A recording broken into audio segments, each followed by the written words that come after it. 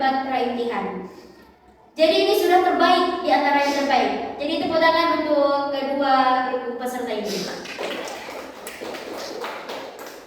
Tema debat untuk final lomba Aswaja MTS unggulan adalah tentang tahlilan, yang dimana pro dan kontra akan diundi.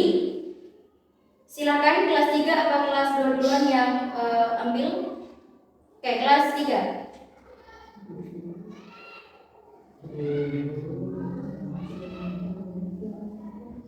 Oke, kelas 3 mendapatkan pro tahlilan. Jadi kelas 3 akan membaca dalil-dalil atau memberikan dalil-dalil tentang tahlilan. Sebaliknya secara otomatis kelas 2 akan kontra tahlilan atau berlagak seperti Wahabi. Oke, silakan kelas 3 dan kelas 2 menempati tempat yang sudah disediakan.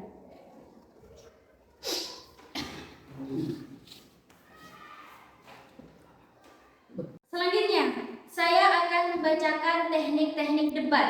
Yang pertama, masing-masing pihak pro dan kontra diberikan kesempatan 2 menit argumen pembuka, 2 menit bagi yang pro dan 2 menit bagi yang kontra. Dilanjutkan dengan diskusi, kemudian diakhiri dengan kesimpulan. Langsung saja kita mulai 2 menit argumen pembuka bagi yang pro, silahkan. Assalamualaikum warahmatullahi wabarakatuh. Waalaikumsalam warahmatullahi wabarakatuh. Dalam tradisi masyarakat Indonesia, ada orang atau saudara kita yang meninggal dunia. Itu ada sebuah tradisi kumpul-kumpul untuk mendoakan orang yang meninggal dunia tersebut.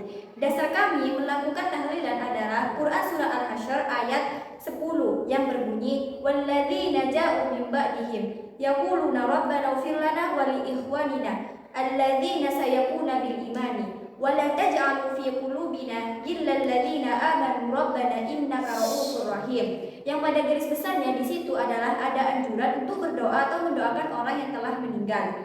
Ya Tuhan kami, ampunilah kami dan ampunilah dosa-dosa orang yang telah meninggal mendahului kami. Dasar kami melakukan tahlilan adalah sebagai ayat berikut. Agar untuk menjaga ukhuwah Islami tetap terjaga antara umat Islam dan untuk mendoakan orang yang telah meninggal dunia. Ya, terima kasih. Selanjutnya 2 menit bagi yang kontra untuk argumen pembuka, silakan. Bismillahirrahmanirrahim. Assalamualaikum warahmatullahi wabarakatuh. Waalaikumsalam. Membahas tentang tahlilan atau tradisi tahlilan.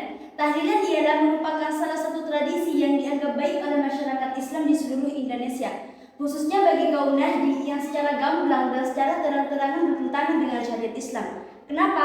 Karena tahlilan tersebut ialah merupakan paling buruknya perkara dan termasuk bid'ah. Dalam hadisnya Rasulullah SAW bersabda, wa iyyakum wa muhdatsatil umur wa kullu muhdatsatin dhalalatun wa kullu dhalalatin finnar.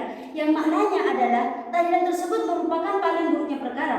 Karena paling buruknya perkara di dalam hadis tersebut ialah perkara yang dibuat-buat. Nah, sedangkan perkara yang dibuat-buat adalah bid'ah. Nah, dan setiap bid'ah adalah sesat. Nah, ini masalahnya yang terakhir yang gak enak, Kak. Setiap kesesatan kan akan dimasukkan ke dalam neraka. Jadi kesimpulannya adalah barang siapa yang mengerjakan tahlilan atau orang-orang yang mendukung tahlilan, maka orang-orang tersebut akan dimasukkan ke dalam neraka. Mungkin Anda kurang memahami tentang permasalahan bid'ah. Mengapa? Karena sesungguhnya menurut jumhur ulama, bid'ah dibagi menjadi 2, yaitu bid'ah hasanah, yaitu bid'ah yang sejalan dengan ajaran Islam. Yang kedua adalah bid'ah sayyi'ah, yaitu bid'ah yang bertentangan dengan ajaran Islam. Nah, yang Anda sebutkan tadi hadis kullu bid'atin dhalalatun oleh Imam Nawawi dalam kitab Syarah Sahih Muslim, beliau menyebutkan bahwa hadis tersebut telah ditaksis oleh hadis mansan nafil islami sunnatan hasanatan walau ajru ajrun man amila dia ba'da. Sudah cukup? Cukup. Silakan, mau dibantah, ditanggapi atau dikomentari. Kami sangat tidak setuju apabila Anda mengatakan bahwa di tahlilan itu tidak ada unsur yang bertentangan dengan agama Islam. Padahal ada, yaitu tahlilan tasabuh dengan tradisi agama Hindu. Pada zaman dahulu, orang Hindu apabila ada yang meninggal, maka orang di sekitarnya akan berkumpul di rumah orang tersebut selama 7 hari. Dan hal ini sama persis apa yang dilakukan oleh kalian, keluarga Nahdi, yang disebut dengan tahlilan. Sabda Rasulullah, "Man tasyabaha biqaumin fahuwa min." Barang siapa yang menyerupai suatu kaum, maka dia termasuk kaum tersebut. Jadi, kesimpulannya, orang-orang yang melakukan tahlilan termasuk kaum Hindu, karena tahlilan merupakan tasyabuh dengan tradisi kaum Hindu.